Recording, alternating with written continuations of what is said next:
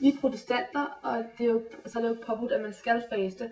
Men hvis man taler om faste som afholdenhed, ydmyghed, siger faste eller sådan noget? Ja, det synes jeg nok, det var. Altså jeg har engang prøvet for mange år siden faktisk at faste. Ikke fordi, at jeg skulle være ydmyg eller sådan noget, men fordi jeg gerne ville prøve det. Fordi jeg har læst en bog om det.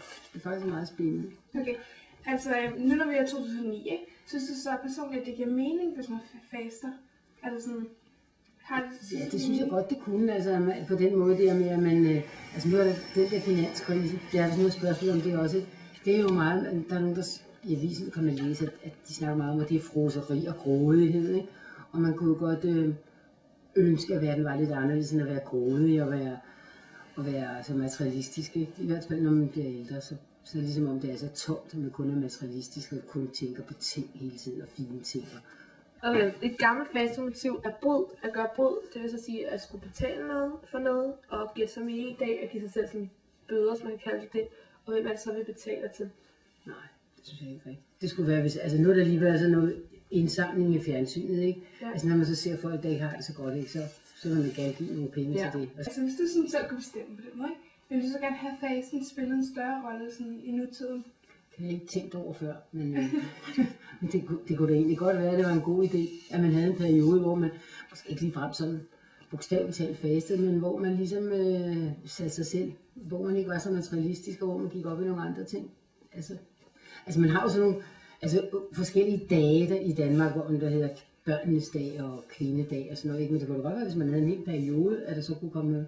Og så har man sådan nogle indsamlinger, der var også indsamlinger i Det er lige været fastelavn. Var det noget, som du lagde mærke til eller deltog i? Jeg deltager altid i fastelavn. Jeg synes, det er en dejlig dansk tradition med udklædning og sjove, hyggelige ting, der sker samtidig.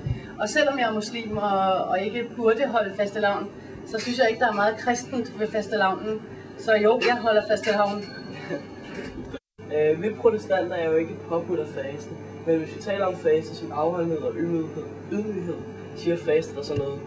Faste siger i den grad mig noget. Som muslim, så har vi jo påbudt faste.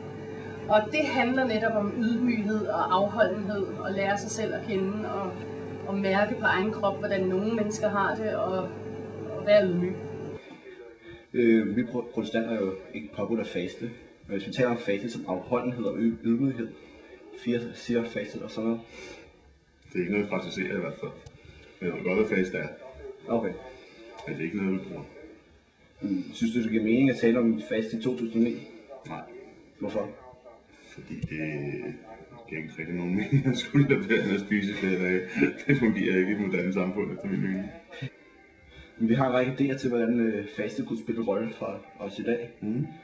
For kroppens skyld er vi afgifter, også det legeme, som vi har fået. Og så for klodens skyld, at vi sætter vores forbrug ned for at skåne den planet eller skabning, som vi har fået. Og for det fattige skyld, at vi deler ud af vores overskud. Hvad mener du om det? Jeg synes, det er nogle udmærkede idéer, jeg har fået der, men jeg tror ikke, løsningen er at faste. Jeg tror mere, løsningen er at sætte forbruget ned i hverdagen. Jeg tror ikke på, at der er et ekstremisme er godt, og faste det er en ekstrem handling i forhold til, at man så bare spiser helt vildt meget før og efter og stadig bruger det samme. Ja. Jeg tror, man kommer længere ved at sætte det generelle forbrug ned, måske spise lidt mindre til hverdag, så vil det have de samme gode effekter, men uden at være ekstremt.